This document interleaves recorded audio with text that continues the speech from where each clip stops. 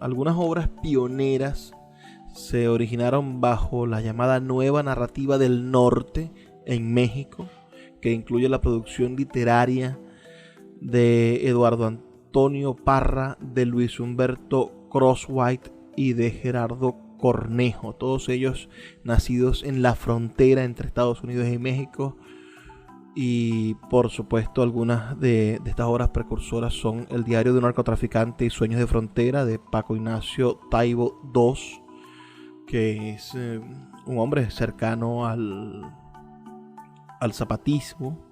La instancia de parte de Chuy Salcido y un asesino solitario, de Elmer Mendoza, quien también publicó La prueba del ácido, que les acabo de comentar, y Los círculos de poder, de Gregorio Ortega. También hay una novela, Juan Justino Judicial, del año 1996, de Gerardo Cornejo, cuyas narrativas recogieron los cambios más sustantivos de la subjetividad de los habitantes de México. Cuando se calma el bullicio de la ciudad y se van apagando las luces de la casa, se enciende la luz del entendimiento. Desde este momento comienza Puerto de Libros, librería radiofónica, programa que contiene todos sus elementos tipo A. Puede ser escuchado por niños, niñas y adolescentes sin la supervisión de padres, madres o representantes. Comienza Puerto de Libros, librería radiofónica. Este programa llega a ustedes con el patrocinio de Puerto de Libros, librería de autor, ubicada en la Vereda del Lago y en el Teatro Varal de Maracaibo. Disfruta de los mejores libros a través de su página web, puertodelibros.com.be. Sultana del Lago Editores, la única editorial venezolana que te ofrece el servicio de impresión bajo demanda para todo el territorio nacional. Conoce más de sus servicios en sultanadelago.com. El alcalde de Chacao, Gustavo Duque, un líder comprometido con la cultura y el conocimiento, dando ejemplos de una nueva forma de hacer política. Síguelo en sus redes sociales, @Gustavo Duque Sáez.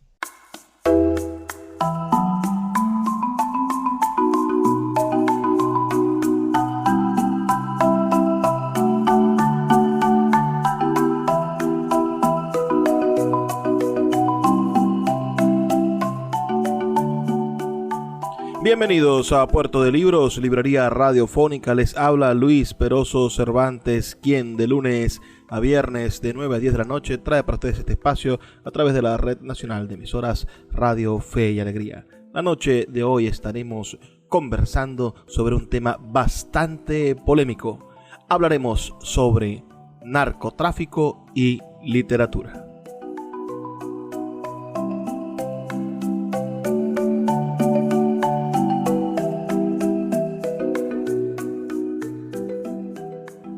La nomenclatura narcoliteratura o literatura sobre el narcotráfico es empleada para referirse a un tipo de narrativa que reflexiona sobre el complejo fenómeno social, político, económico y cultural del narcotráfico en las distintas partes de América Latina, Estados Unidos y hasta en Europa.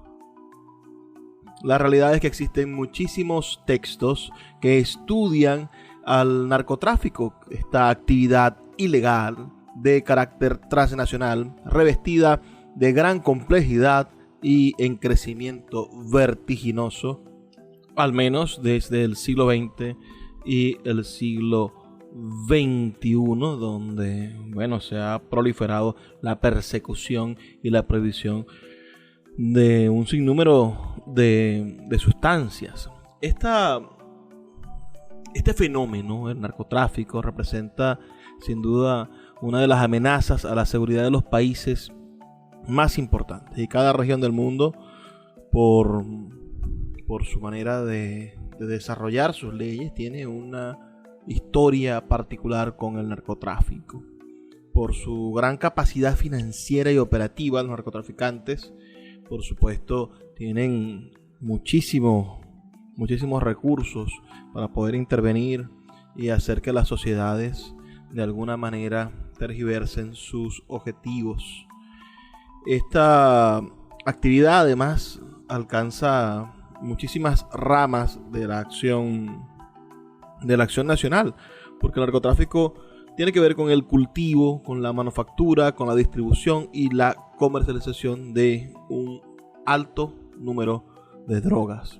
Por otra parte, además de ocuparse en hacer ventas directas de sustancias ilícitas, el narcotráfico se ha diversificado en otras esferas delictivas como el lavado de dinero, el secuestro, el soborno, la trata y el tráfico de personas y de armas, entre otras cosas. Así que es un mundo bastante complejo. Sobre encima de ese mundo criminal complejo, es importante entender también que el narcotráfico no tiene una sola cara en la parte político-ideológica, porque podemos encontrar, narcotraficantes de derecha, narcotraficantes de izquierda, y tampoco es una especie de hecatombe de la civilización occidental, o es una especie de propuesta ideológica antirreligiosa, como puede ser el terrorismo o etcétera. Yo creo que estos grupos, los grupos que se han dedicado al narcotráfico, simplemente están al margen de la ley, y las leyes de alguna manera han traído las diversas formas de perseguirlos. Si existiesen ideas de legalización o algunos métodos para poder regularizar estos procesos, la carga criminal cambiaría.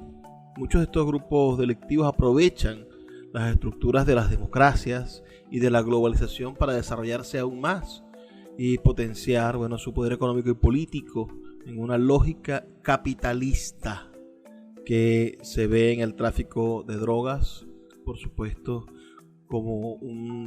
que ve en el tráfico de drogas muchísimo beneficio económico gracias a la oferta y la demanda. Cuando prohíbes algo, hay muchísima más demanda de esa cosa y el costo aumenta. El narcotráfico dejó de ser un asunto exclusivo de seguridad pública por el poder y la manera en la que influye en los lugares donde opera. Tiene un bagaje cultural. Es verdaderamente una forma de pensar, de actuar, de operar las relaciones sociales de los lugares en los cuales se encuentran. Marca la vida no solamente de quienes lo ejercen, sino quienes reciben o están en comunidades económicas sustentadas principalmente por el dinero del narcotráfico. Y luego, hay actores del narcotráfico delante y detrás, quienes lo persiguen, quienes los producen, quienes lo consumen, quienes los disfrutan y quienes son víctimas de esa terrible expresión de violencia que acompaña al narcotráfico.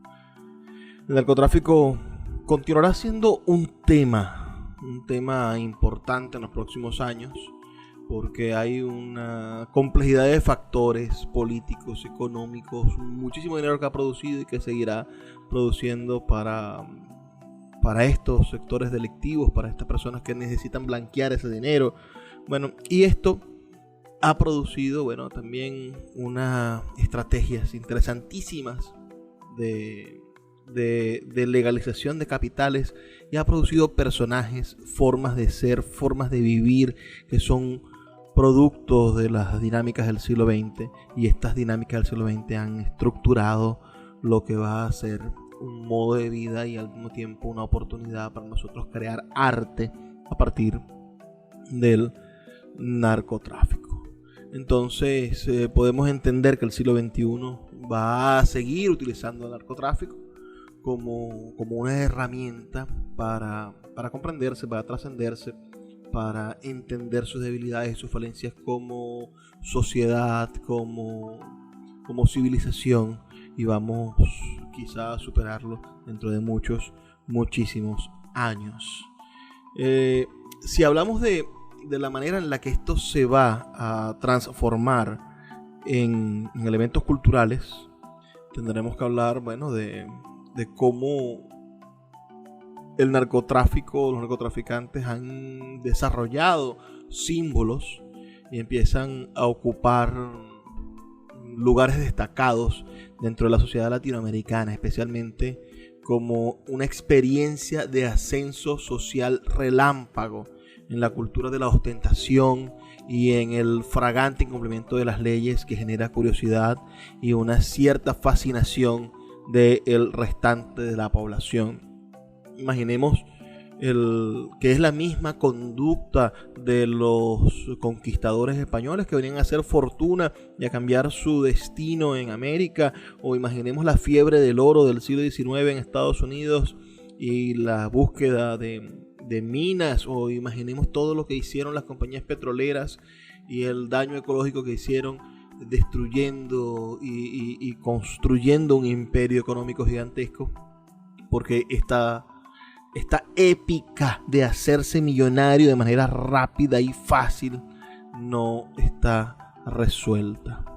Entonces, esta estructura simbólica que va a generar curiosidad y fascinación en la población y que va a producir que se ambicione emular tanto la vida como la obra de estos personajes, quienes además los personajes vivos se convierten en símbolos o se convierten en esquemas de representación de la sociedad. Pensemos en Pablo Escobar. ¿Cuántos admiradores tiene Pablo Escobar Gaviria? ¿O cuántos admiradores tiene un asesino como fue el Popeye, ¿no?, en Colombia, aquí al ladito?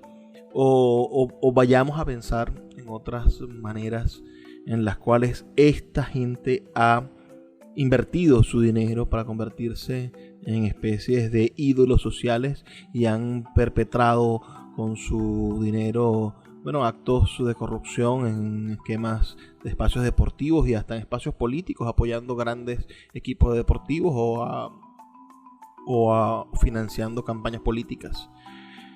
Todo esto, por supuesto, como es tanto dinero, está repleto de oportunidades de corrupción.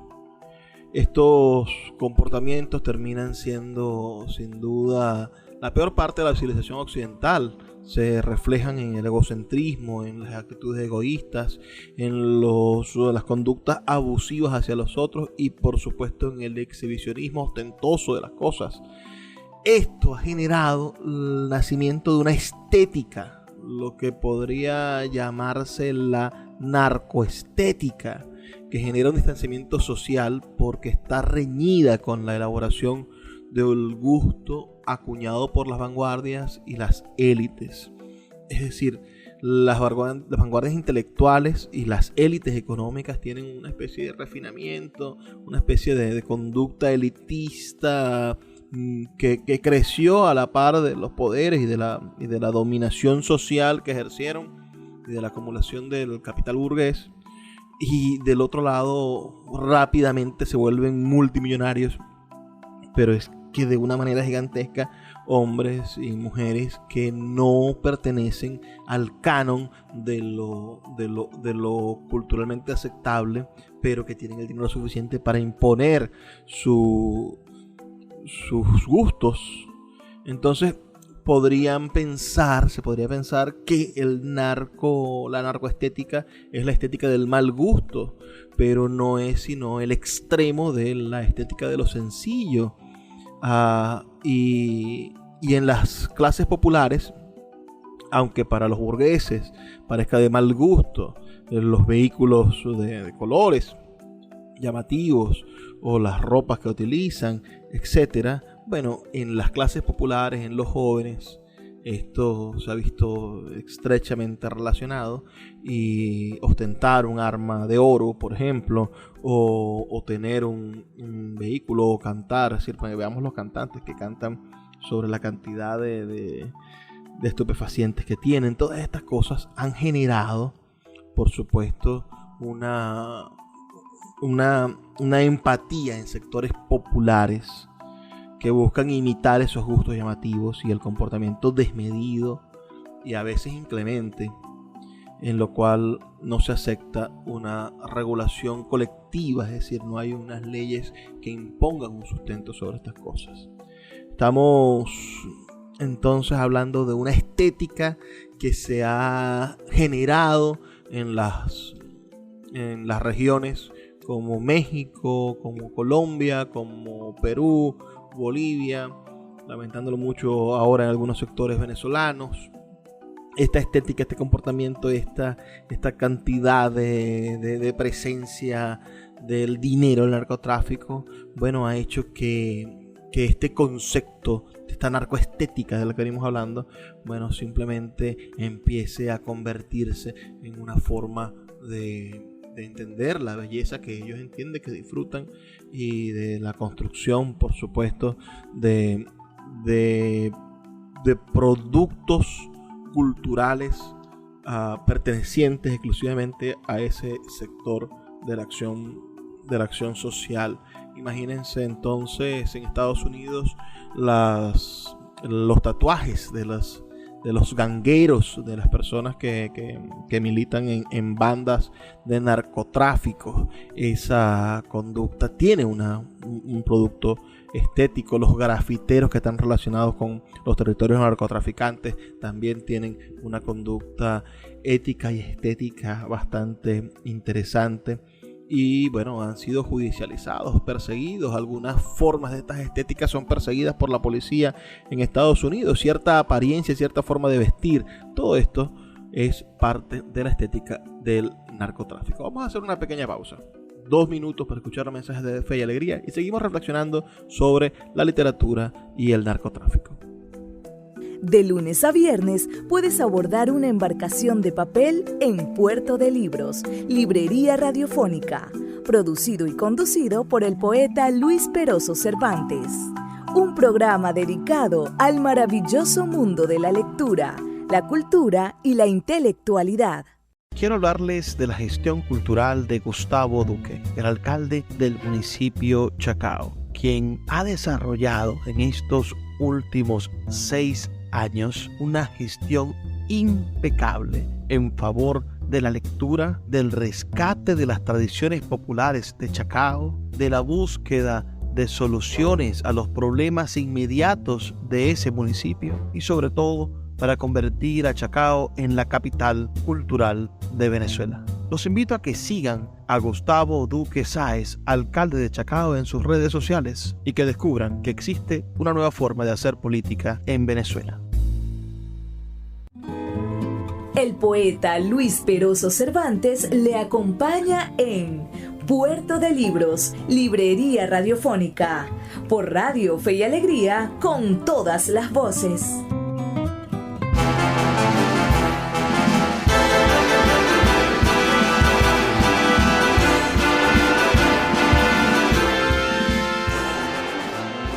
Seguimos en Puerto de Libros, Librería Radiofónica, esta noche conversando sobre la literatura y el narcotráfico, un programa que les debía hace mucho tiempo. Hemos estado reflexionando sobre esta maravillosa expresión o forma de entender el mundo que es el narcotráfico, y después de esto, bueno, podemos hacer algunos programas más explícitos sobre algunos casos fundamentales como la literatura colombiana en este caso, o los libros de reflexiones sobre las consecuencias del narcotráfico. Cuando dije maravilloso me refiero a la manera en la que el ser humano construye y mitifica y genera cultura a partir de casi cualquier cosa.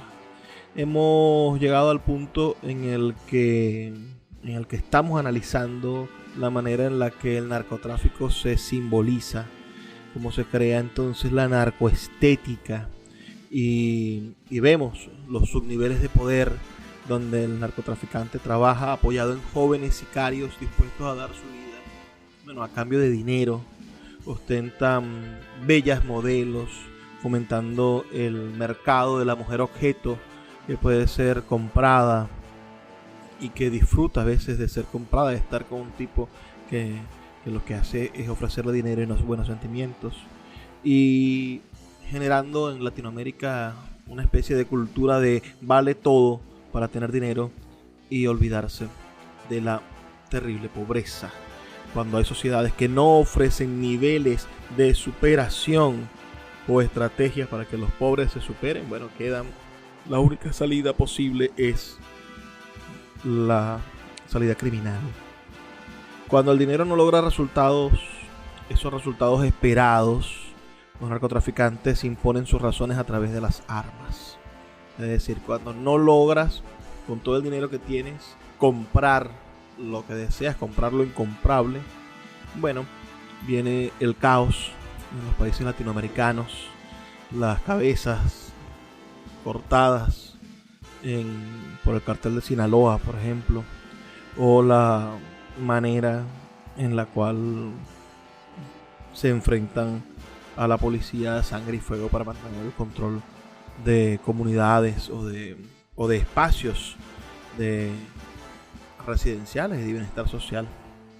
Entonces, todo esto ha hecho que el narcotráfico influya en la historia, en la economía y en la cultura latinoamericana, al tiempo que sin duda se convirtió en un símbolo de las fuerzas destructivas de la globalización, en lo peor del capitalismo, transformando también la manera de narrarse Latinoamérica. Si García Márquez y el maestro Vargas Llosa y toda esa generación del boom entendió a Latinoamérica como una sociedad necesitada de libertad y arropada por dictaduras militares, bueno, hoy vivimos otra simbólica Latinoamérica sembrada de un negocio como el narcotráfico, sembrada de arriba abajo por violencia y por la desigualdad, que es sin duda el mayor de los cánceres.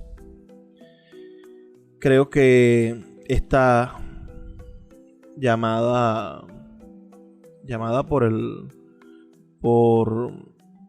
el crítico Marcia Batista Ramos, por esta escritora llamada por ella La ética del triunfo rápido, se forjó y permitió a la vera de esa manera en la cual funciona y se justifica el narcotráfico, el nacimiento de este género literario, la narcoliteratura, un término reconocible tal vez por contar el éxito rápido del narcotraficante que termina o en ruina o en desgracia, desembocando una especie de moraleja basada en los principios judeocristianos, es decir, el crimen no compensa, el crimen no paga, y así se va generando una especie de subgénero literario o de género literario que nosotros vamos a darnos la oportunidad de estudiar esta noche aquí en Puerto de Libros, librería radiofónica. Este concepto, la narcoliteratura o la literatura del narcotráfico, aún no se sabe quién comenzó a utilizarlo. No obstante, es seguro que se acuñó, por supuesto, en el siglo XXI para caracterizar un tipo de literatura que busca representar o dar respuesta a la problemática del narcotráfico en las distintas partes de América Latina y de Estados Unidos. Comenzó a generalizarse durante los últimos 10 años a causa de la violencia ocasionada por el narcotráfico y su subsecuente culturización. Y cobró, por supuesto, arraigo en el ámbito literario después de las polémicas suscitadas entre el crítico Rafael Lemus, que es un escritor, editor y profesor universitario reconocido principalmente por su trabajo como crítico literario y que cofundó la revista El Salmón. Fue o es secretario de la revista Letras Libres y cofundador y editor de la revista electrónica Horizontal. Y él mantuvo una diatriba con el escritor Eduardo Antonio Parra, que es un ensayista y escritor mexicano, nacido en León, Guanajuato, en el año 1965. Estas diatribas literarias, entre ellos, bueno, han marcado desde entonces a la narcoliteratura como parte de profundas discusiones. Entre ellas se encuentra la polémica en torno a la adecuación de la nomenclatura, pues algunos críticos consideran que el término resulta reduccionista o peyorativo. Otro aspecto que ha generado debates es el origen geográfico de esta literatura y de los corridos literarios que en ella se expresan, así como su expansión y el comercio editorial y el trasfondo ético, todo esto. Aún existe desacuerdo entre los especialistas sobre las características temáticas y la manera en la cual se estructuran este tipo de literatura, narcoliteratura, así como de los tipos textuales que podría abarcar. También dentro de lo que se llama la narcoliteratura podría incluirse la novela del sicariato, porque habría que plantear que es una manera de pensar o de hacer o de decir que podría estar asociada desde hace mucho tiempo, antes de que el narcotráfico se convirtiera en el principal elemento unificador de todos estos crímenes o de todas estas experiencias de la violación de la ley desde el punto de vista estético. El destino trágico de nuestras naciones latinoamericanas está muy relacionado a la maldición del narcotráfico en la contemporaneidad. Pensemos que Chile, el sur de Chile, vive un momento secuestrado por el narcotráfico. Pensemos Colombia, todo lo que ha pasado en los últimos 50 años debido al narcotráfico. Pensemos las denuncias que se desarrollan en Venezuela, toda Centroamérica plagada por las bandas y por pensemos en El Salvador, las maras, o la manera en la que México, la mitad de México parece secuestrada por ese dinero, ¿no? Entonces es el tema más trágico y más peliagudo de la acción criminal y de la acción cultural latinoamericana. Esta actividad delictiva, ha ayudado a carcomer el tejido social con dinero fácil de corrupción.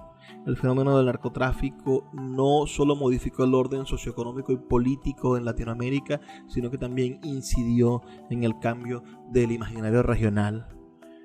En el imaginario colectivo existe un intento de conjurar la violencia consecuente del narcotráfico y sus vertientes, mezclando con el riesgo de estar defendiendo o exaltando una actividad criminal. De allí que en las últimas décadas el narcotráfico ha aparecido de manera relevante en la literatura iberoamericana, porque las circunstancias históricas exigen un registro de la realidad que trascienda a la noticia y a la estadística oficial, pues requieren muchos puntos de vista para lograr una aproximación a una realidad que trata de ocultar sus facetas más escabrosas. Sin embargo, el hecho de que la narrativa contemporánea haga un registro de la narcocultura, así como otros productos culturales, no significa que exista una validación del fenómeno narco o que el narcotráfico tenga algún tipo de basamento moral o de valor por su especial transformación cultural. Tampoco una sobre-representación del tema o legitimación de este negocio ilícito puede estar presente en el hecho de que se haya convertido en una expresión cultural. Nunca, creo yo, se debería promover la violencia y contribuir a la mala imagen de cualquier país a través de una convención cultural, a través de un estereotipo de la cosa cultural. El registro literario, sin duda, se da la oportunidad de observar de la manera más humana, más real, lo que sucede alrededor del escritor, y no puede pasar desapercibido de un proceso tan exageradamente llamativo como lo es el narcotráfico, y que está presente en toda la cultura iberoamericana. Es por eso que debemos comprender que el narcotráfico es más allá que un tema en sí mismo. Es decir, no es que trata sobre una novela sobre el narcotráfico él logra arrobar todos los aspectos de él. Aparece en la pluma de nuestros escritores por la inquietud que causa la situación histórica que se vive en nuestros países, porque estamos asfixiados como sociedad, viviendo bajo la férula de la delincuencia. Entonces el contexto en el cual vivimos, que está plagado de irregularidades y de la inseguridad devenidas del narcotráfico, obliga a los escritores a situarse y salen a relucir todas las miserias del mundo paralelo a estas mafias. Ese contexto donde el crimen y la violencia revelan las expresiones humanas, aunque sean esas expresiones humanas rotundamente negativas. Vamos a hacer una pequeña pausa, 2 minutos, para escuchar los mensajes de Radio Fe y Alegría, y ya volvemos con más de este programa donde estamos reflexionando sobre la literatura y el narcotráfico.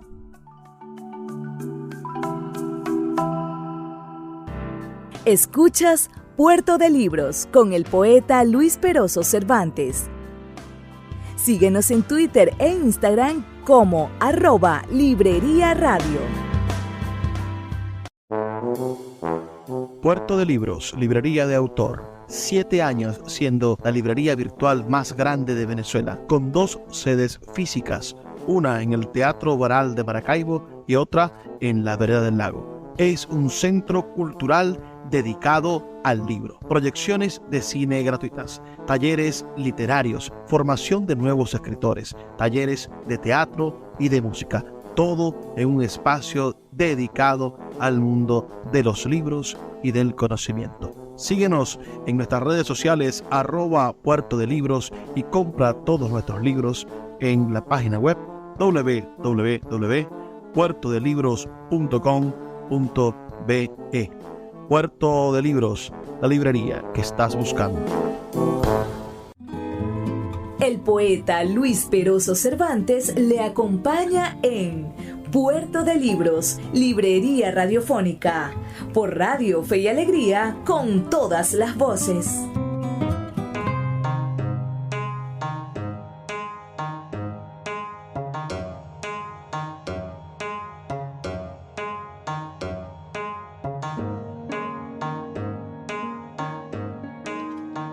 Seguimos en Puerto de Libros, librería radiofónica, esta noche conversando con ustedes sobre literatura y narcotráfico. Una verdadera e interesante expresión de la cosa literaria y de la cosa pública y de la cosa criminal latinoamericana. Ha, por supuesto, pasado ya un tiempo desde la muerte de Pablo Escobar, quien fuese quizá el más llamativo de los capos de la droga colombiana. Murió el 2 de diciembre del año 1993. Es decir, estamos en presencia de los 30 años después de la muerte de Pablo Emilio Escobar Gaviria. Dirá Fernando Vallejo en su novela La Virgen de los Sicarios del año 1994: a él está consagrada Colombia, mi patria al corazón de Jesús. Él es Jesús y está señalado en mi pecho con el dedo, y en el pecho abierto el corazón sangrando.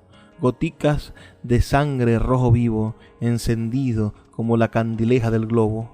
Es la sangre que derramará Colombia ahora y siempre por los siglos de los siglos.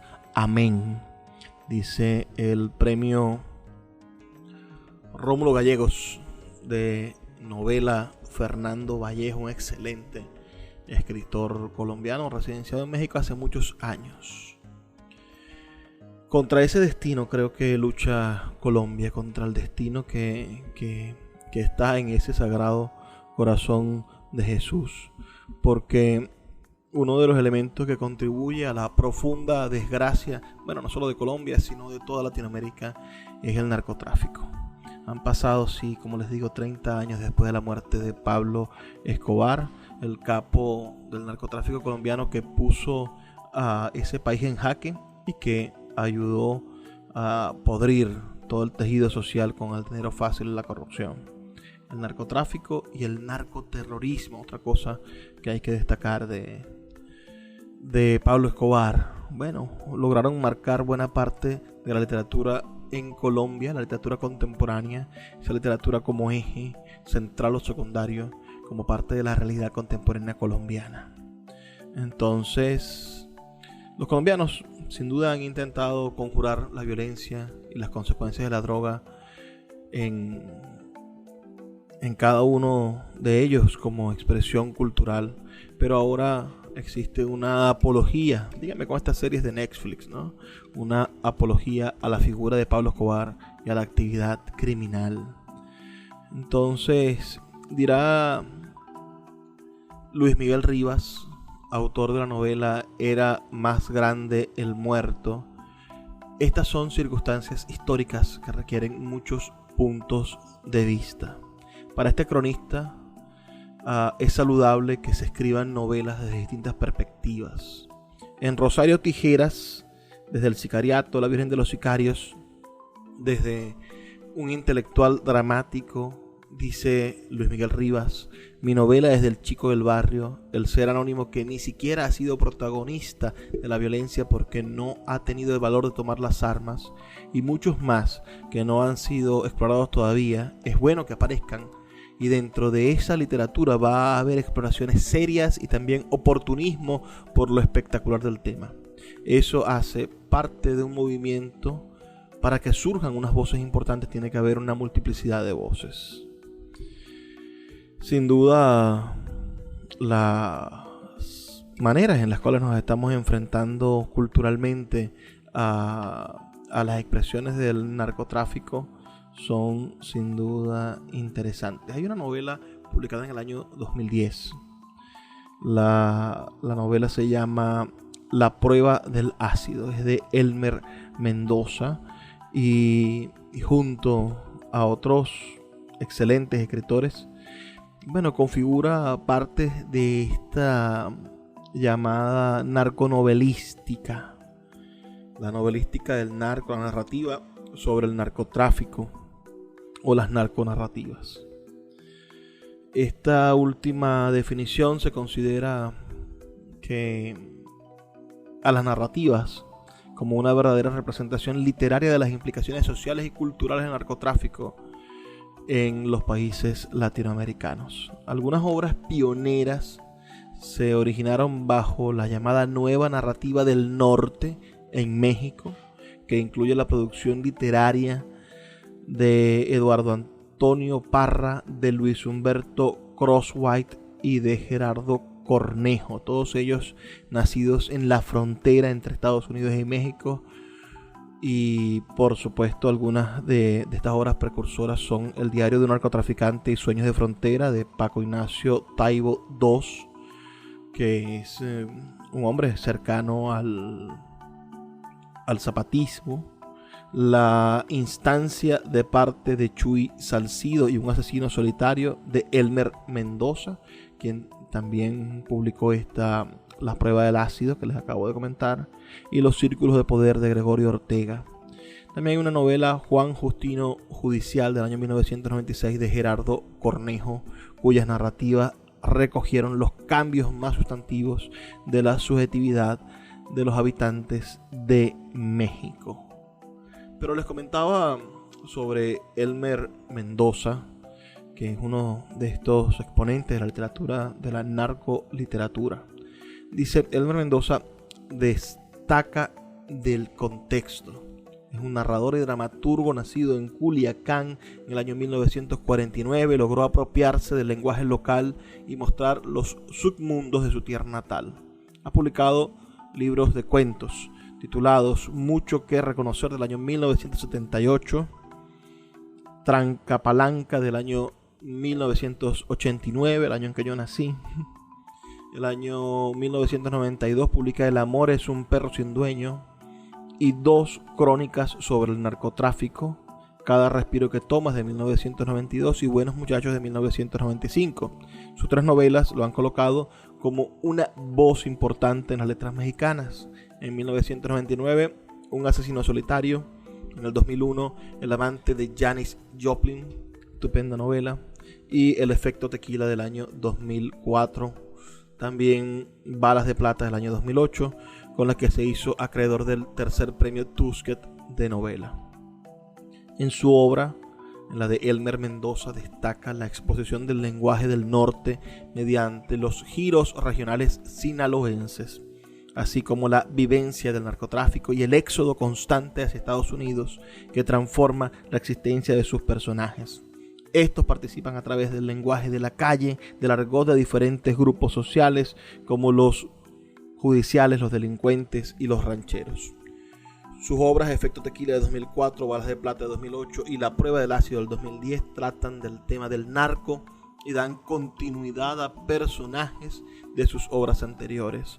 Los personajes de Mendoza viven al margen de la legalidad y la aceptación social que discurren a través de diferentes estadios de tiempo narrativo, lo que hace compleja la escritura de este interesante autor. Entonces, así vamos viendo cómo se constituyen, las identificaciones de la narcoliteratura. Yo quisiera que atendiéramos, por ejemplo, la obra, que por cierto está gratuita en algunos lados, la obra de el escritor Luis Humberto Crosswhite, Instrucciones para cruzar la frontera. Es un libro del año 2002. Se consigue gratuito en internet. Podríamos empezar a revisar las obras fundamentales de la narcoliteratura, pero antes me gustaría hacer unos apuntes sobre esto, ¿no? La literatura del narcotráfico es bastante realista. Esta es una de las tendencias del siglo XXI. Entonces, muestra la violencia y también las injusticias de la ley, el error judicial, los sofismas penales y la corrupción policíaca. Constituye entonces la literatura del narcotráfico una crítica social imbuida en la retórica humanitaria que logra sobreponer la violencia de la realidad y la violencia de la ley. Infelizmente, es una literatura cargada de violencia y sangre, por las características intrínsecas del fenómeno que retrata.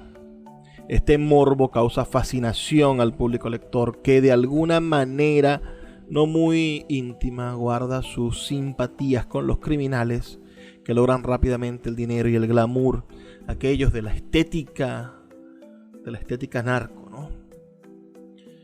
Un simple mortal, por supuesto, no lograría adaptar la estética narco. Lógicamente, en la literatura sobre narcotráfico existen y existirán exploraciones serias, como todo lo que es humano, pero también existirán oportunismos por este tema grandilocuente. Imagínense todos estos libros que se publican sobre Pablo Escobar, ¿no? También es interesante poder hacer una comparación entre la literatura del narcotráfico y los corridos, ¿no? Las primeras expresiones artísticas propiamente dichas en pro del narcotráfico son los narcocorridos, que fueran sin duda el primer medio para narrar las hazañas de los grandes narcotraficantes, juntando sus logros, enfrentamientos y hasta sus muertes a través de la música, idealizándolos. El corrido logró generar la fascinación en los extractos más populares de México, por supuesto, y de la frontera norteamericana. Después documentó la existencia de narcotraficantes entre el pueblo, asumiendo perspectivas románticas e idealistas, promoviendo la perpetuidad del delito que es mostrado con naturalidad, como si se tratara de cualquier oficio normal, haciéndolo atractivo, positivo, llamativo. En México aparecieron las crónicas derivadas de las investigaciones de periodistas como Jesús Bancornelas, nacido en el 36, muerto en el 2006, autor de muchos artículos donde se denunciaba la corrupción de los políticos. Pero no obstante, la información se basó en la aparición y crecimiento de carteles de drogas en la frontera norte de Estados Unidos. En el año 1978, Jesús Barcornelas publica su primer libro de lo que sería una serie de 8, hoy asociados bajo un género que no existía en su tiempo, derivado de la misma cultura. Esta narcoliteratura. Ese podría ser, sin duda, uno de los inicios de la narcoliteratura. Vamos a hacer una pequeña pausa de 2 minutos para escuchar los mensajes de Radio Fe y Alegría y ya volvemos con el último segmento donde vamos a hablar de los libros de esta extensa teoría literaria.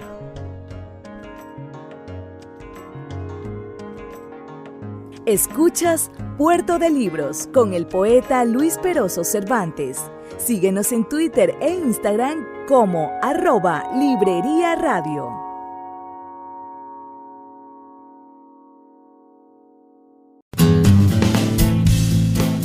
Sultana del Lago Editores es una empresa zuliana de servicios editoriales. Nuestro catálogo tiene más de 100 títulos de autores nacionales e internacionales. Además, somos la única editorial que presta servicios de impresión bajo demanda en Maracaibo.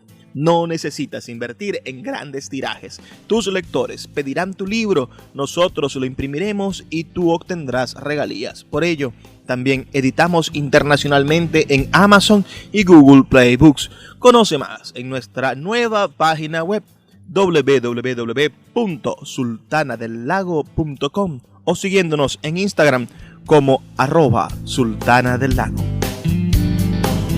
El poeta Luis Peroso Cervantes le acompaña en Puerto de Libros, Librería Radiofónica, por Radio Fe y Alegría, con todas las voces.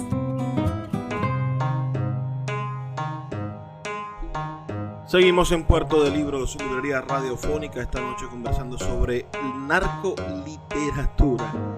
Vamos a hacer una pequeña lista de libros, si a ustedes les parece, sobre la literatura y el narcotráfico. Me gustaría comenzar, por supuesto, por esta lista que nos obsequia, nos hace la profesora María Eugenia de la O sobre la literatura de Elmer Mendoza. Aquí nos plantea, el libro La conspiración de la fortuna, editado en el año 2005 por Editorial Planeta de México, de Héctor Aguilar Carmín. Este es un libro que está inscrito en la literatura del narcotráfico y nos trata, por supuesto, sobre el mundo del narcotráfico. La reseña dice lo siguiente, dice: el ascenso y caída de Santos Rodríguez sirve para retratar a la clase dirigente mexicana y a las trastiendas del poder, de la mano de uno de los maestros de la novelística mexicana de hoy. Con La conspiración de la fortuna, Aguilar Camín nos da su visión de la condición humana a través de pequeñas historias que componen una trama donde la ambición, la vanidad, la gloria y la miseria moral campan a sus anchas. Esa es una de las obras recomendadas en esta lista. Después de Sara Alderete, una novela publicada en el año 2000 por la editorial Colibrí, disponible por supuesto en Amazon. Es una novela muy interesante. La novela se titula Me dicen la narcosatánica. Es una novela publicada en el año 2000, como les digo. La reseña publicada en Amazon dice: la fascinante historia tras de los homicidios de la secta santera, contada por Sara Aldrete, la narcosatánica. Sara Aldrete, por primera vez tras varios años de encierro en el reclusorio femenil Oriente, ha decidido contar la historia de los narcosatánicos y su propia historia. Con una prosa ágil, incisiva e inteligente, no desprovista de humor, aunque lacerada por el dolor y la angustia, Aldrete narra cómo conoció al cubano Adolfo de Jesús Constanzo, el padrino, y a los demás miembros de la secta santera, acusada de 13 homicidios, descuartizamiento de cadáveres, brujería y una larga lista de delitos que dieron lugar a uno de los casos más célebres y extraños del crimen en México. También nos cita a uno de los grandes escritores mexicanos. Me refiero al escritor mexicano Homero Aríchis. Este hombre publicó en el año 2004 un libro muy interesante titulado La Santa Muerte. Entonces vamos a entender cuál es su reseña. Vamos a leer la reseña de este libro. Dice: narcotraficantes, políticos, delincuentes, empresarios y policías rinden culto a la Santa Muerte, la imagen de la muerte violenta, para que los proteja de sus enemigos y les otorgue poder, impunidad y dinero. Durante una fiesta fantástica de 24 horas seguidas, donde todo está permitido, hay quienes están dispuestos incluso a ofrecer víctimas para que sus deseos se cumplan. En El perro de los niños de la calle, el Campic es narrador y partícipe de la vida airada de nuestros nuevos olvidados. En La calle de las vidrieras, un anciano holandés se pasea por el barrio de las mujeres en vitrina de Ámsterdam, deseando contratar los servicios de una rubia despampanante para gozar la última relación carnal de su vida. Los relatos que integran este volumen, que también incluye Inventando el pasado, una condición excepcional y El país de los diablos, harán que el lector transite por mundos densos, bizarros e inquietantes por su extremo parecido con el mundo que llamamos real, donde a veces el perro que llevamos dentro de la chilla en un cuarto oscuro y el viejo que dormita en un asilo se niega a que el deseo muera, habitan por supuesto en nosotros. Homero Aríchis nos lleva por las sendas tortuosas que crispan el alma en su explotación de los mundos de amor, las mujeres, los perros y la muerte. Dice la reseña de este interesantísimo libro. Hay un libro del año 2012 que también se cita en esta lista y que nosotros deberíamos de buscar, deberíamos intentar buscar. Este libro es El cartel del escritor Jesús Blancornelas. Este libro fue editado por Random House México en el año 2002 y la reseña que aparece en Google Books dice lo siguiente. Nos dice así: el narcotráfico se ha convertido para México y para varios países en un problema de seguridad nacional que amenaza tanto al Estado como a las personas. Este país, por su vecindad con los Estados Unidos, además de productor de narcóticos, es un paso privilegiado para las drogas provenientes de diversas partes del mundo, en especial Colombia. Sus extensas redes de producción, distribución y un creciente consumo ha ido cerrando las pinzas sobre la sociedad hasta casi asfixiarla, tomando prácticamente por asalto de la corrupción vastos espacios gubernamentales. Las mafias que se dedican a tan próspero negocio han dejado a su devastador paso una impronta de ganancias millonarias, corrupción, abusos, impunidad, violencia y muerte. Este libro contiene artículos y crónicas relacionadas con el cartel de los Arellano Félix, como también de sus antecesores y antagonistas.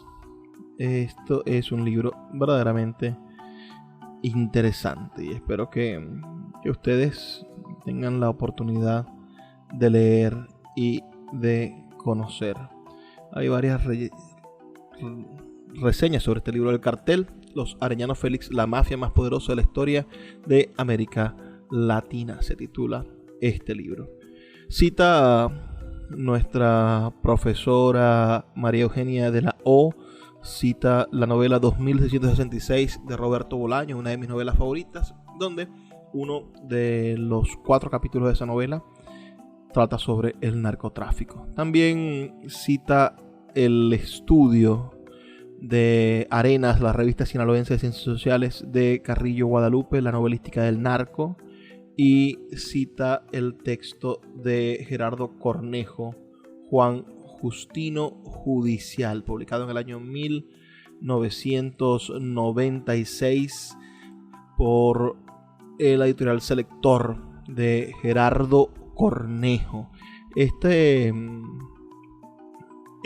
reseña, si vamos a Amazon y encontramos la reseña del libro, dice: Juan Justino Judicial fermentó en la atmósfera que respira en México, en donde reina la violencia, la impunidad, el crimen y la corrupción, elementos que han minado las raíces más hondas de todas nuestras instituciones.